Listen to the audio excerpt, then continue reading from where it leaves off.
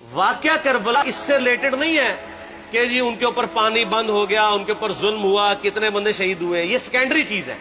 اصل چیز ہے کربلا ہوئی کیوں نبی علیہ السلام کی محنت کو 50 سال کے اندر اس لیول تک پہنچا دیا گیا کہ ہزاروں صحابہ زندہ ہیں اور نبی صلی اللہ علیہ وآلہ وسلم کی پوری اولاد ذبح کر دی جاتی ہے۔ ہم تو یہ کہہ نہیں رہے کہ کیسے ذبح کیا انہوں نے، آری چلائی تھی یا تلوار چلائی تھی، یہ تو واقعہ کربلا تو سب کو پتہ ہے، ان کی شہادت بھی سب کو پتہ ہے۔ جامعہ ترمذی میں حدیث ہے حسن و حسین جنتی نوجوانوں کے سردار ہیں اور ان کی والدہ جو ہے وہ جنتی عورتوں کی سردار ہیں، اور المستدرک الحاکم میں حدیث ہے حسن و حسین جنتی نوجوانوں کے سردار ہیں اور ان کے والد ان سے بھی بہتر ہیں۔ تو یہ تو ڈیفینٹ حدیثیں ہیں، یہ تاریخ تو نہیں ہے، نبی علیہ السلام کے فرامین ہیں۔ تو ان کی موجودگی میں ان کے ساتھ یہ کچھ کیا جائے تو ہم نٹی گریٹیز میں نہیں پڑھتے، ہم اس تھیم کے اوپر کہ یہ کون سی چیز تھی جس نے خلافت راشدہ کو ملوکیت میں بدل دیا، ہم اس تھیم کے اوپر بات کرتے ہیں۔ ہم کہتے ہیں چھوڑ دیں، بندے ہندے چھوڑیں، الٹیمیٹلی کیا نکلا ہے، کس کی وجہ سے ہوا ہے، وہ تو حدیث کی کتابوں میں موجود ہے۔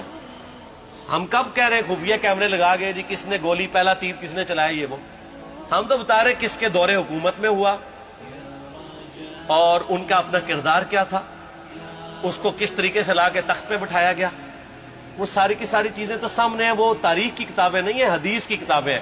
اگر آپ کہتے ہیں کہ بخاری مسلم سے ہم نے صرف رفع الیدین کی حدیثیں لینی ہیں یا ایمانیات کی حدیثیں لینی ہیں اور باقی جو بخاری اور مسلم میں آل امیہ کی بدماشیوں کو ننگا کیا گیا ہے وہ ہم نے نہیں لینی ہے، تو سر پھر آپ اپنے آپ کو کلیئر کٹ، پھر ہم آپ سے واقعہ کربلا نہیں ڈسکس کریں گے، حجیت حدیث میں بات کریں گے۔ آپ کو اپنے آپ کو منکرین حدیث کہنا پڑے گا، یہ آپ اسکروٹنگ کیسے کریں گے؟ اس سے بڑی بات مجھے یہ بتائیں کہ عظمت صحابہ بڑی چیز ہے یا عظمت محمد رسول اللہ صلی اللہ علیہ وآلہ وسلم؟ تو بریلوی یہی تو رونا رو رہے ہیں، وہ کہہ رہے ہیں کہ قرآن میں تھوڑی آیات ہیں، آپ پھر مڑ مڑ کے پڑھتے ہیں قل انما انا بشر مثلکم، اس میں تو نبی علیہ السلام کی تنقیص ہو رہی ہے۔ تو ہم ان کو کیا کہتے ہیں کہ تنقیص مقصد نہیں، نعوذ باللہ، نہ ہو رہی ہے، آپ افضل البشر ہیں لیکن آپ کی سپیشیز بشر ہے، یہ ہم اپنا عقیدہ سمجھتے ہیں، وہ اس کو تنقیص شمار کرتے ہیں۔ تو پھر اس وقت آپ بھی بریلویوں کی بات مان کے تو یہ آیات پڑھنا چھوڑ دیا کریں۔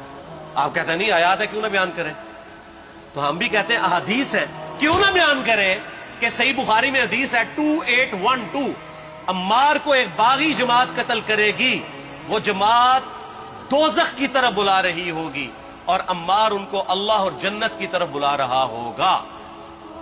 اب اس کے نرغے میں جو آتا ہے وہ آئے، میں اپنے نبی سے ٹکر لے لوں آپ لوگوں کے منہ کا خیال رکھتے ہوئے کہ میں نبی علیہ السلام کو کہوں کہ آپ نے کیوں ایسی بات کر دی کہ مولا علی کے مخالفین کو آپ نے دوزخ کی طرف بلانے والی جماعت کہہ دیا، تو لیں آپ ٹکر، جائیں سیدھا دوزخ میں، اور تھوڑی جرت کریں آپ یہ کہا کریں کہ اے اللہ، اپنے لیے کہا کریں کہ اللہ تعالیٰ آپ کا حشر یزید اور یزید کے آباء و اجداد کے ساتھ کرے اور اس کی اولاد کے ساتھ۔ ہم کہتے ہیں کہ اللہ تعالیٰ ہمارا حشر جو ہے وہ مولا حسن حسین، مولا علی علیہ السلام اجمعین اور اہل بیت کے ساتھ کرے، آمین۔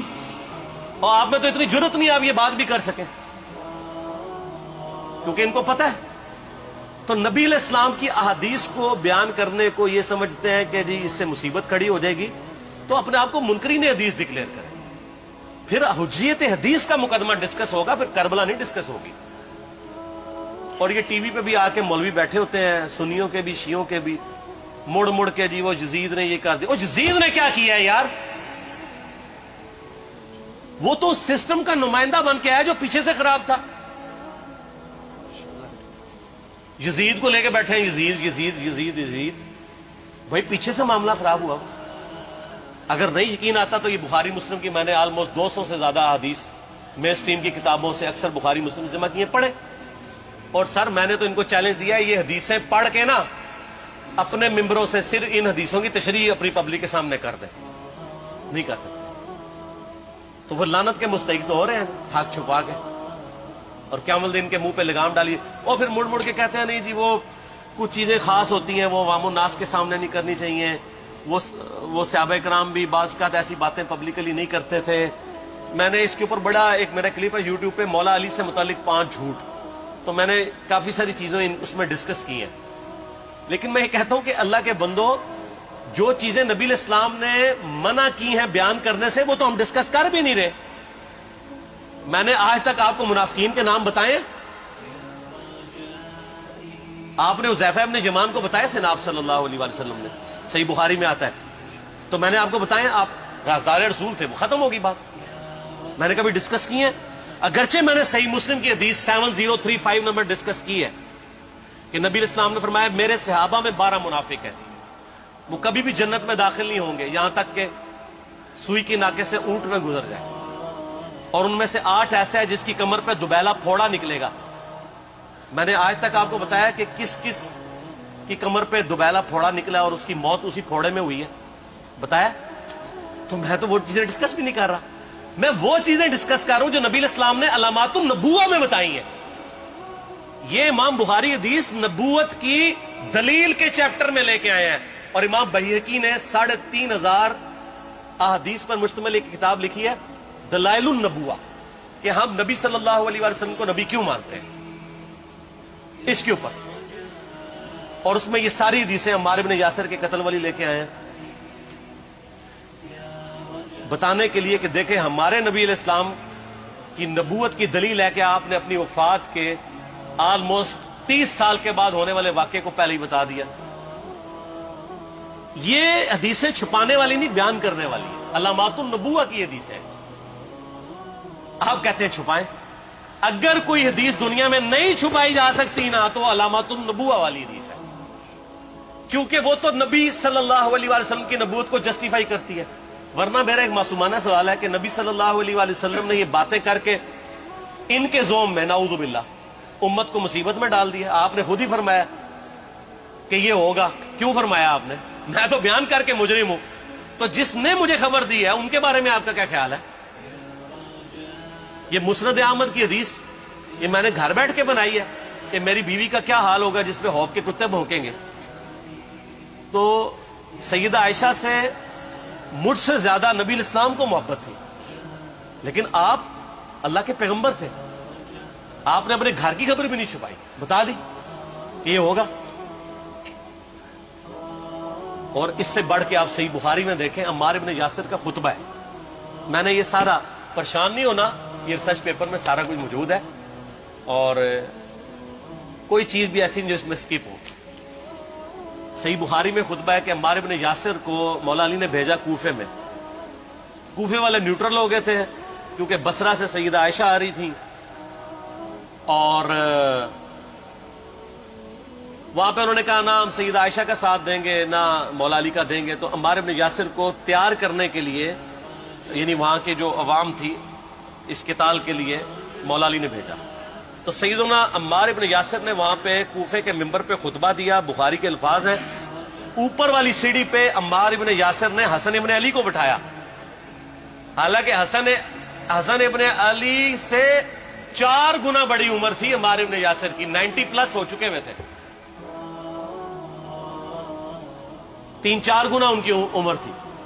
لیکن اہل بیت کا احترام کیا، خود نچلی سیڑھی پہ بیٹھے. بخاری کے الفاظ ہیں کہ اے لوگو اللہ نے تمہیں آزمایا ہے، ایک طرف دنیا اور آخرت میں تمہارے نبی کی بیوی ہے سیدہ عائشہ، دنیا اور آخرت میں، یعنی عزت اپنی جگہ قائم. یہاں لوگ سمجھتے ہیں کسی کی غلطی آ گئی تو پتہ نہیں کیا ہو گیا. وہ یار اس کا مرتبہ اپنی جگہ ہے، غلطی اپنی جگہ ہے، پیغمبر نہیں ہے وہ. اور دوسری طرف علی ابن ابی طالب ہے. اللہ اب دیکھے گا تم عائشہ کی اطاعت کرتے ہو یا اللہ کی. علی کی نہیں، اللہ کی. کیوں؟ یا ایھا الذین آمنوا اطیعوا اللہ واطیعوا الرسول واولی الامر منکم. ان کا اولو الامر مولا علی ہیں، ان کی اطاعت واجب ہے. یہ اللہ نے آزمایا ہے کہ اللہ کی اطاعت کرتے ہو یا عائشہ کی. اور آپ حیران ہوں گے یہ حدیث امام بخاری حضرت عائشہ کی فضیلت والے چیپٹر میں لے کے آئے ہیں. اگر امام بخاری مشورہ کر لیتے نا ناسبیوں سے تو انہوں نے کہا تھا سر آخری صحیح رکھو، پچھلے والا رہن دو، بلکہ پچھلے والا رکھو آخری والا رہن دو، کہ عائشہ دنیا اور آخرت میں. وہ حدیث گھڑنے کا میں آپ کو طریقہ بتاتا ہوں، کاٹ چھانٹ کرنے کا. وہ آدھی حدیثیں لکھتے ہیں نا، آدھی حدیثیں ایسے لکھتے ہیں امام بخاری کہ سیدہ عمار بن یاسر نے خطبے کے دوران فرمایا کہ سیدہ عائشہ دنیا اور آخرت میں تمہارے نبی کی بیوی ہے، بس. لیکن امام بخاری نے پوری حدیث لی ہے، آگے وہ بھی ڈالا ہے کہ اللہ آزما رہا ہے کہ عائشہ کی اطاعت کرتے ہو یا اللہ کی؟ جیسے آپ کے علماء کر رہے ہیں. صحیح مسلم کی حدیث 6488 آدھی بیان کرتے ہیں سارے مولوی، بریلوی، دیوبندی، اہل حدیث سب. میرے صحابہ کو برا مت کہو. اگر تم میں سے کسی نے احد پہاڑ کے برابر بھی سونا خیرات کر دیا اور میرے صحابہ نے ایک مد یعنی 600 گرام خیرات کی، آدھا کلو، اس کے آدھے کو بھی نہیں پہنچ سکتا بس.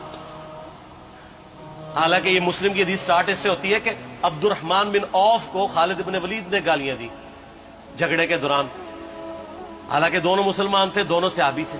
آپ نے حضرت خالد بن ولید کو بلا کے ڈانٹا، فرمایا تم میرے صحابہ کو برا مت کہو. تو خالد بن ولید نے تو آگے سے نہیں کہا حضور میں بھی صحابی ہوں. ان کو پتا تھا کہ عبد الرحمن بن عوف نے اس وقت اسلام قبول کیا جب اسلام کا مطلب تھا مار، تکلیف اٹھانا، اور خالد بن ولید نے گولڈن پیریڈ میں صلح حدیبیہ کے بعد اسلام قبول کیا. میں اب تم لوگ یہ کر رہے ہو، تم لوگ اگر احد پہاڑ کے برابر بھی سونا خیرات کر دو، یعنی صلح حدیبیہ کے بعد والے لوگ میرے ان کے برابر نہیں ہو سکتے. اور جو فتح مکہ پہ معافی مانگ کے مسلمان ہوئے ہیں طلقاء، مؤلفۃ القلوب، آل امیہ، ان کا تو لیول ہی کچھ نہیں ہے. یہاں تو خالد بن ولید کے بارے میں بات کی جا رہی ہے. اور پھر وہ مؤلفۃ القلوب اپنے زمانے میں ممبروں پہ سب و شتم کروائیں سیدنا علی پر. تو سب سے پہلے تو ان کو کہنا چاہیے جن کے بارے میں حدیث تھی کہ تم صحابہ کو گالی مت دینا. ہم نے تو خیر کبھی دی بھی نہیں ہے. اور میں یہ آخری جملہ ان کو ایسا بولتا ہوں کہ جو ان کے دماغ تک ڈرل کر جائے گا کہ آل امیہ نے جو کچھ اپنے دور کے اندر سیدنا علی کی گستاخیاں کی ہیں نا، ہم نے تو ویسی کوئی ایک گستاخی بھی آل امیہ کے بارے میں نہیں کی ہے. میں نے آج تک آل امیہ کے اوپر بائی نیم کسی کے اوپر لعنت کی ہے؟ حالانکہ یہ مولا علی پہ کرتے رہے. یہ ہے لعنتی خود ہو گئے نا. جب مولا علی پہ لعنت کی تو لوٹ آئی. مسند ابی اعلیٰ میں صحیح سند کے ساتھ حدیث موجود ہے، مسند احمد میں بھی موجود ہے کہ سیدنا علی کو جس نے گالی دی اس نے رسول اللہ کو گالی دی صلی اللہ علیہ وسلم. جب ام سلمہ نے کہا تھا، شیخ زبیر صاحب نے اس کو تحکیم میں صحیح لکھا ہوا ہے فوٹ نوٹ کے اوپر، کہ لوگوں تمہارے ممبروں پر رسول اللہ کو گالیاں دی جاتی ہیں. تو انہوں نے کہا معاذ اللہ، ہم کب کہیں گے، ایسا نہیں ہو سکتا. تو ام سلمہ نے کہا تم لوگ علی اور اس سے محبت کرنے والوں پہ گالی گلوچ نہیں کرتے ہو کیا؟ جبکہ میں نبی کی بیوی کہتی ہوں کہ سب سے زیادہ رسول اللہ سے محبت، سیدنا علی سے محبت نبی صلی اللہ علیہ وآلہ وسلم کرتے تھے. لہٰذا جب یہ تم کہتے ہو نا علی پر لعنت، علی سے محبت کرنے والوں پہ لعنت، تو یہ لعنت تو تم نبی علیہ السلام تک لے کے جا رہے ہو نعوذ باللہ. کیونکہ علی سے محبت کرنے والا پہلے نمبر پہ نبی صلی اللہ علیہ وآلہ وسلم ہے. اور پھر کہتے ہیں سب کا مطلب تنقید ہے. اور نہ، پرانیاں گلاں، پرانے بابے، پرانے بزرگ جھوٹے ہو. صحیح مسلم کھولو 6229 غدیر خم سے اگلی حدیث، لعن اللہ ابا التراب کے الفاظ ہیں. مٹی والے ابن ابی طالب پر لعنت، یہ الفاظ موجود ہے. سب کا ترجمہ لعنت ہی ہے، تنقید نہیں ہے. اچھا پھر میرا معصومانہ سوال ہے کہ اس کا مطلب ہے صحابہ پہ تنقید کرنا اچھا کام ہے؟ کہیں گے نہیں. تو بتاؤ یہ برا کام کون کرتا تھا؟ شیعہ کا ابا کون ہے؟ رافضیوں کا ابا کون ہے؟ آل امیہ. تو لہذا شیعہ نو میں کہنا کہ تسی شیخین کے اوپر بکواس اور تبرہ کرنے کی بجائے نا اب لوگوں کو حقائق بتائیں کہ ٹوٹی کمند کہاں. سب مجرمین آل امیہ ہے. اور یہ آل امیہ اور بنو ہاشم کی لڑائیاں نبی علیہ السلام کی بعثت سے پہلے چل رہی تھی، صدیوں سے چل رہی تھی. وہ تو پھر اللہ نے بنو ہاشم کو نبوت کے لیے چنا تو ان کو یہ پھر جیلسی ہضم نہیں ہوئی، وہ چیز آگے چلتی تھی. خیر چھوڑ دیں، ایک تلخ ٹاپک ہے. صلاۃ بر محمد و آل محمد، اللہم صلی علی محمد و علی آل محمد. ٹھیک ہو؟